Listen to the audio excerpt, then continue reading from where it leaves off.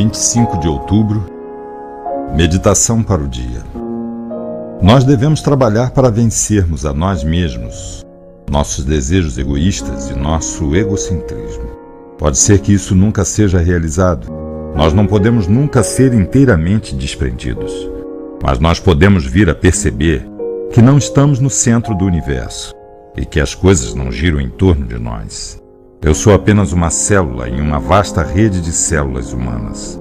Eu posso pelo menos fazer o esforço de conquistar a minha própria vida e buscar diariamente obter cada vez mais a conquista sobre mim mesmo. Aquele que vence a si mesmo é superior àquele que conquista uma cidade.